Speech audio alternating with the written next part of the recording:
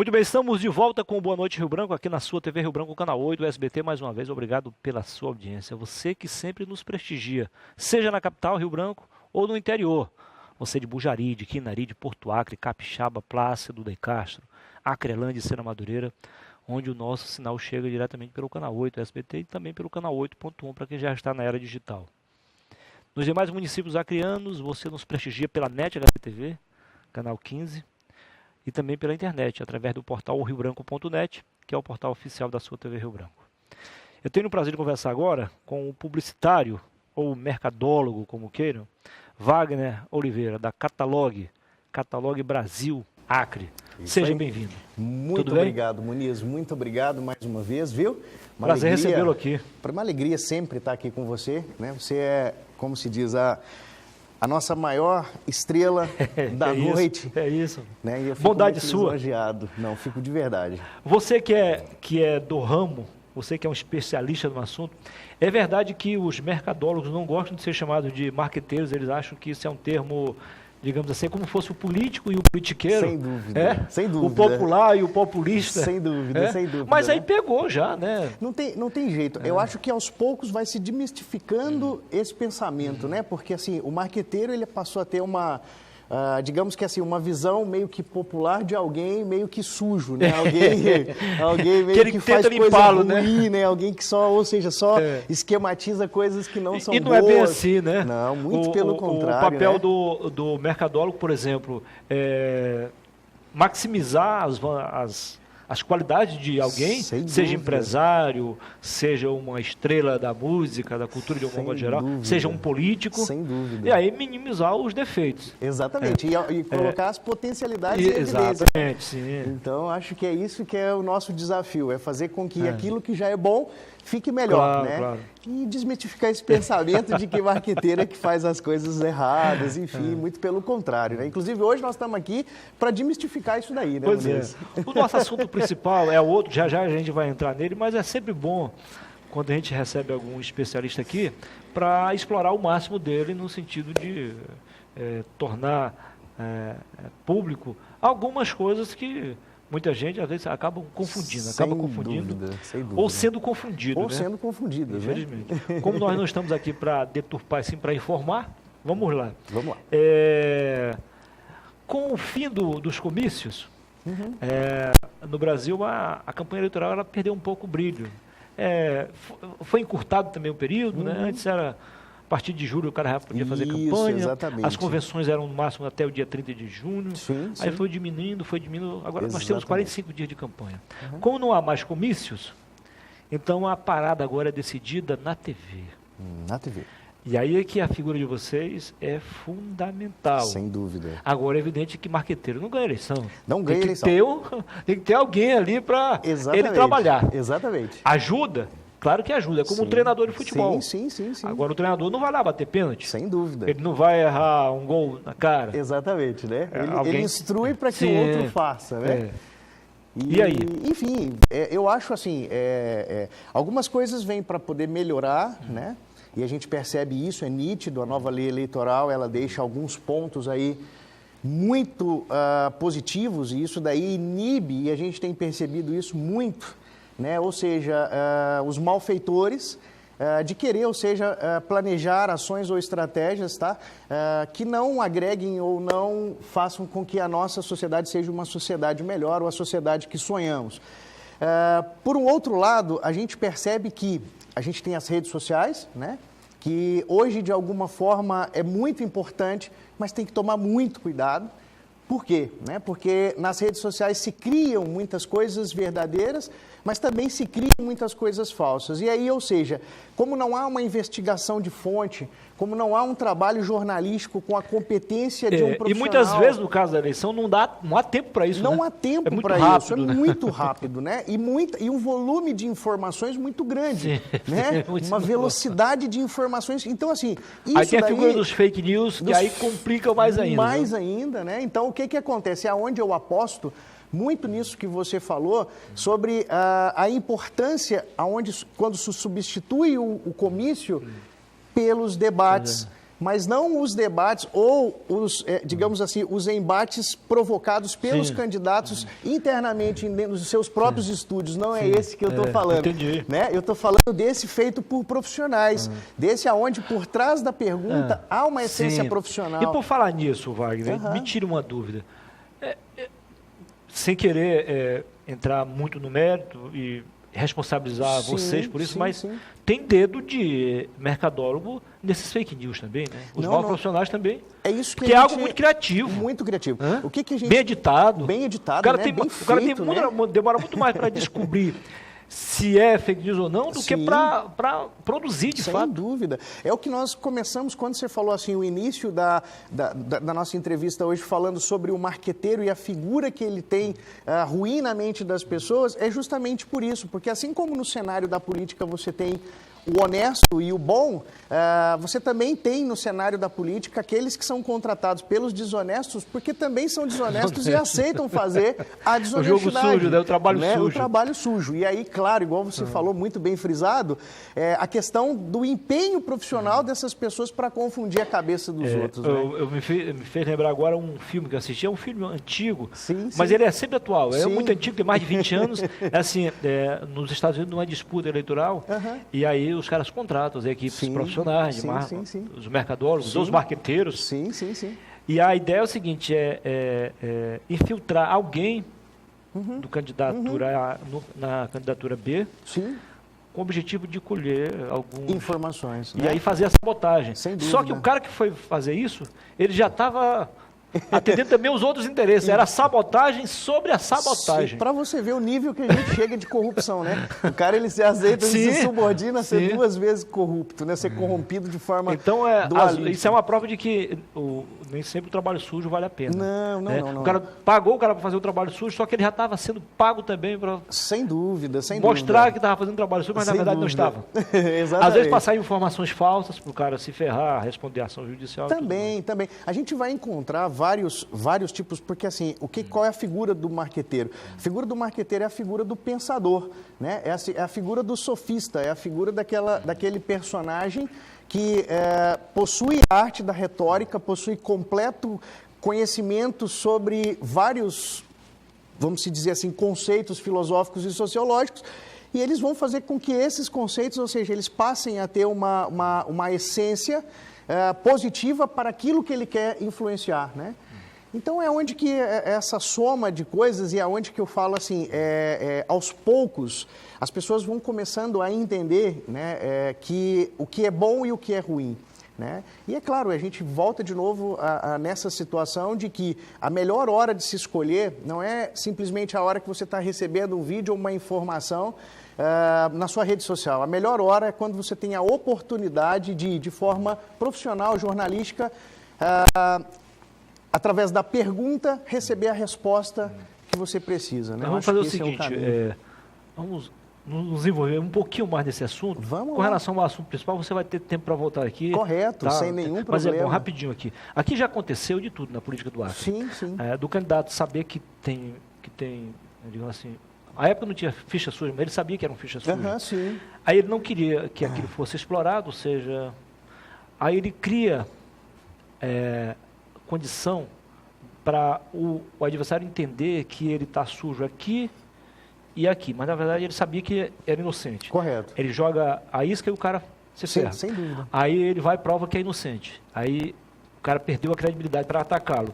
Aí nos processos que de fato ele respondia, o cara já perdeu a credibilidade, Exatamente. a moral para questionar. Exatamente. Então, questão de estratégia também. Realmente, é uma questão de Aí o cara, estratégia. ele ganhou o direito de mentir e o cara perdeu o direito de falar a verdade. Exatamente. É o avesso do avesso. Né? É uma inversão completa, assim. E às vezes acaba ganhando a eleição, quer dizer, eleição não ganha é o melhor candidato, não. Às vezes é o mais estrategista. Exatamente, é o mais estrategista, né? O mundo inteiro. Quando você comentou a respeito do SINS... Até para ser fraco, o cara tem que saber ser forte. Exatamente. É aí que está o X da questão. Até para fraqueza tem que ter a fortaleza. Porque o que acontece? Quando você mencionou a questão dos serviços de inteligência de marketing, que eu chamo de SIM, o que acontece? Esses serviços, eles existem desde, igual, por exemplo, quando Philip Kotler, lá nos anos 70, implantou as teorias de marketing, ele já dizia muito sobre essa questão dos SIMs de marketing. Porque o que acontece? igual você falou assim, a estratégia que define. Mas como é que eu vou saber o que o outro está pensando? Né? Para isso eu preciso ter alguém lá, para isso eu preciso. Então, é uma guerra. É uma guerra. E vence guerra, às vezes, não é assim quem tem as melhores armas, não. É quem sabe usá-las. Sabe usá-las. Porque, né, quem tem mais informação. Sabe mais manipular aquilo que ele tem. Às vezes ele tem uma ferramenta pequena, né, mas muito mais poderosa porque sabe usar. Até a Bíblia mesmo tem lá a Sansão lá e Golias, né? Quer dizer, uma ferramenta pequena de a questão dos debates, por exemplo, que surgiu lá nos Estados Unidos, foi para a Europa. Aqui no Brasil ela se notabilizou mais, os debates se notabilizaram mais a partir de 89, aquela disputa entre o Lula e o Fernando Collor. E aí é o seguinte, de lá para cá, normalmente quando o cara perde o debate, ele ganha a eleição. Então, o debate não decide, não define a eleição. Absolutamente, absolutamente.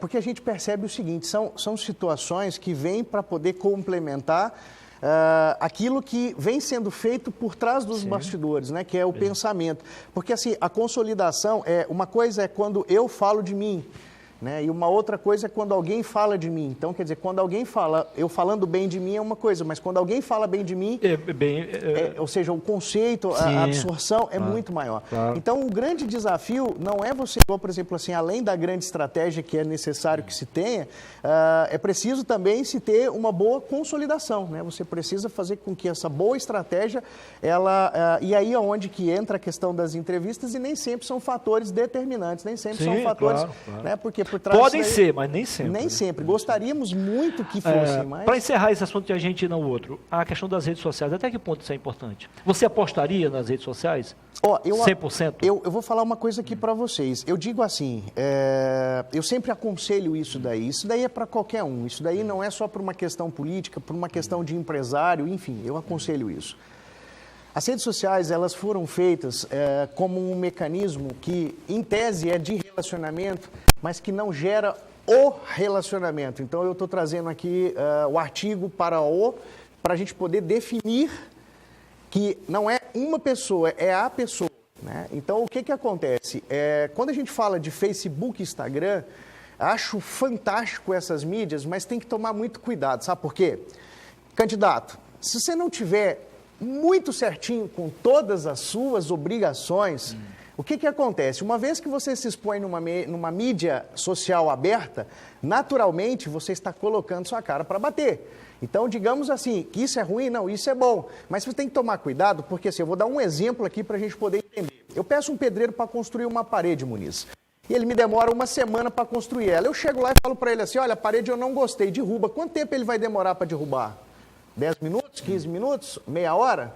Então, assim, construir uma coisa é muito mais difícil do que destruir.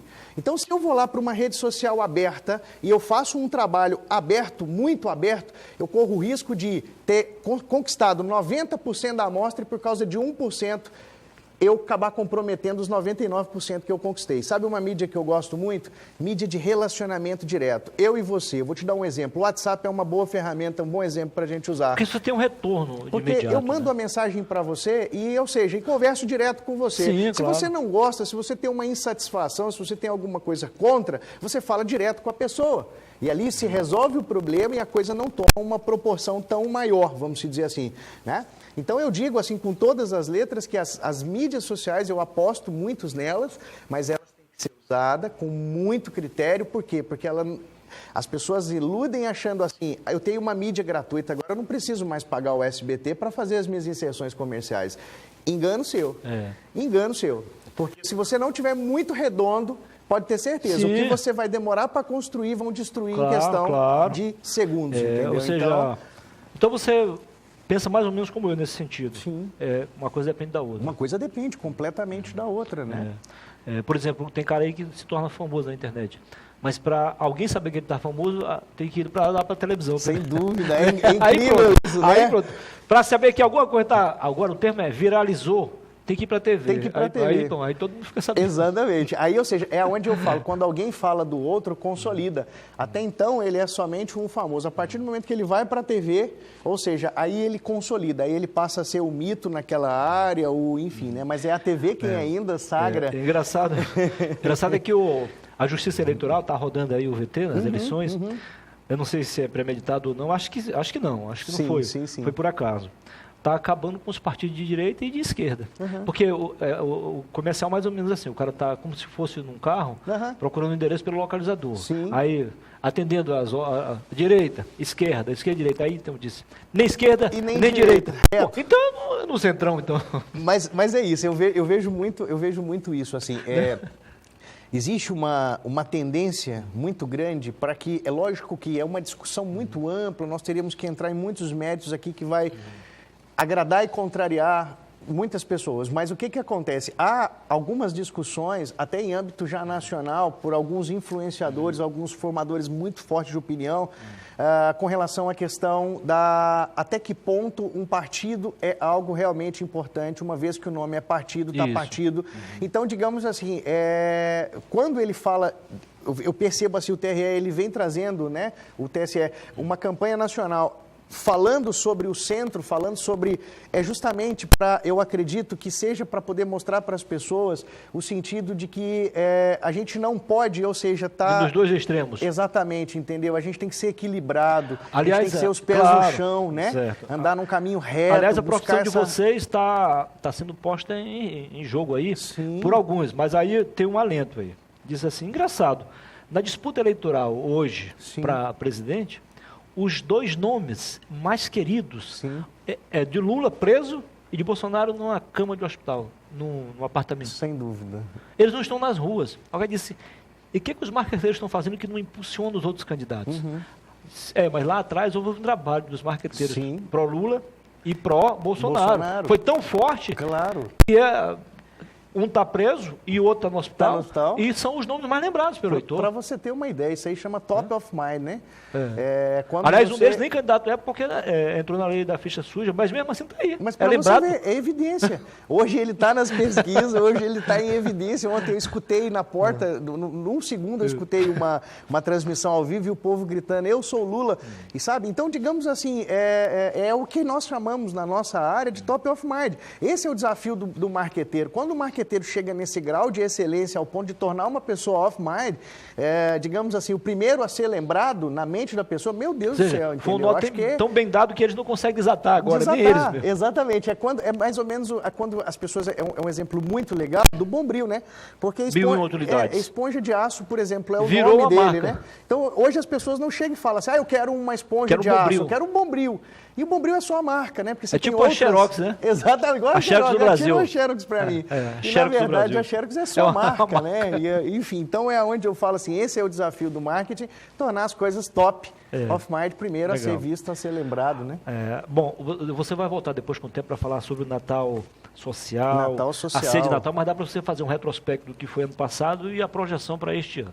Ok, posso fazer agora aqui? Então vamos fazer aqui agora. Pessoal, na verdade, assim, eu vim aqui hoje porque nós estamos iniciando, desde 2014, nós fazemos o Natal Social para as crianças carentes e moradores de rua. Inclusive, esses dias, Muniz, eu estava assistindo um programa seu, assisto todas as noites. Obrigado. E tinha um doutor aqui, eu estou tentando lembrar o nome dele aqui. Eu já sei quem é, o doutor Marco Antônio Palácio Dantas. Palácio Dantas. E vocês estavam falando, e ele falando justamente sobre as dificuldades de uma palavra chamada voluntariado, não é isso? Então, o que acontece? É sobre isso que hoje eu venho falar para vocês. Desde 2014, nós fazemos um projeto social que chama Natal Social. Esse Natal Social, ele nasce através da Catalog Brasil, que é uma empresa de marketing que atende outras empresas, e tudo que é feito dentro da Catalog vira recurso para manter uma associação que chama Bem Brasil, que não tem nem recurso financeiro, porque não é alimentada pelo governo nem pelo Estado, e nem recurso, digamos, religioso, porque também não é de cunho religioso, nós não fazemos acepção, nenhum tipo de secularismo, vamos dizer assim, religioso, sectarismo.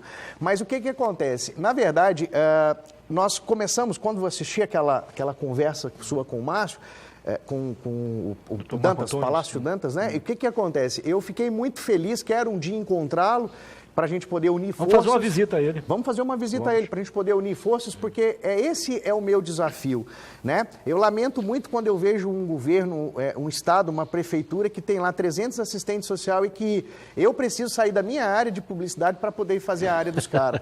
Você está entendendo isso? Mas vale a pena também procurá-los? Não, agora, tanto é no isso estado que quanto no esse município, ano fazer nós uma estamos corrente. integrando. Olha para você ver que legal, você falou uma coisa muito interessante. Esse ano eu consegui uma pessoa dentro da assistência social do Estado que essa pessoa ela está abrindo as portas para a gente poder implantar uma mentalidade social. Porque desde 2014 a gente já faz exatamente isso. Nós fazemos uma campanha simples, porém significativa, que chama Natal Social. Esse Natal Social é feito por empresas que pertencem à nossa base, que durante a prestação de serviço a gente vai arrecadando dinheiro, comprando brinquedo, comprando alimentação, tudo que a gente, enfim, que a gente vai juntando ao longo do ano e a gente faz essa festa na praça pública. Ano passado, por exemplo, foram quantas mil pessoas? Ano mais passado, ou menos? nós começamos atendendo 300 pessoas no primeiro ano. Ano passado nós atendemos 3.500 crianças. Crescimento considerável. Considerável. Aí o que acontece? Além das 3.500 crianças, nós ainda vai os pais, né? Porque sempre vai um acompanhante com criança e a gente pode dobrar esse público para mais ou menos 7 mil pessoas, foi o que nós recebemos na nossa festa social. Previsão de chegar a 10 mil esse ano? Esse ano a previsão é mais ou menos porque... Se obedecer a ordem de crescimento? A ordem de crescimento. Porque o que acontece? Eu quero só deixar uma prévia aqui, porque nós vamos falar bastante sobre isso, porque isso é uma coisa que é muito importante para a nossa sociedade. Presta atenção no que eu vou te falar. Nós vivemos num estado muito religioso, onde não se prega uma cultura de assistencialismo social, ou seja, se prega uma cultura muito voltada para a arrecadação pessoal das igrejas, mas muito pouco voltada à destinação final dos recursos que são arrecadados. Então, o que acontece? Com isso daí, nós teríamos, em tese, pela quantidade de religião e igreja que nós temos, que nós não tivéssemos nenhum pingo de pobreza nesse estado. Porque o papel da religião é exatamente esse. Ela não paga imposto para o governo para cumprir um propósito muito simples, que é devolver o que ela arrecada em benefício para a sociedade. Só que eu não vejo isso. Perdoem aos líderes religiosos, entendeu? Por falar assim, mas eu não consigo ainda enxergar isso. Então, e a prova disso é que tem que sair alguém, igual eu falei agora anteriormente, da área, que não é dele, para poder ir fazer algo... Eu discordo em parte de você um tempo, é o seguinte, um pouco... Até que eles fazem. O problema é que a miséria cresceu tanto Também. que aí chega onde você chegou. Sem aí. dúvida, Ou seja, sem dúvida. Continua muito grande. Sem dúvida, sem dúvida. Nosso tempo acabou, Wagner. Eu quero agradecer mais uma vez. Imagina. E dizer que o convite está feito, viu? E pode contar com a gente aqui. É bom que, embora os proprietários da TV Rio Branco não sejam mais políticos, nem Dona Célia, nem Narciso Mendes, mas a nossa responsabilidade social na empresa continua cada vez mais forte. Com certeza, tá, e isso é o que me deixa muito feliz, porque é através dessa união nossa é que a gente vai conseguir esse ano fazer o Natal de 25 instituições sociais aqui no estado. Então, a gente vai falando sobre isso, continue ligado aí com a gente. Eu volto em 2 minutos com o último bloco. Até já.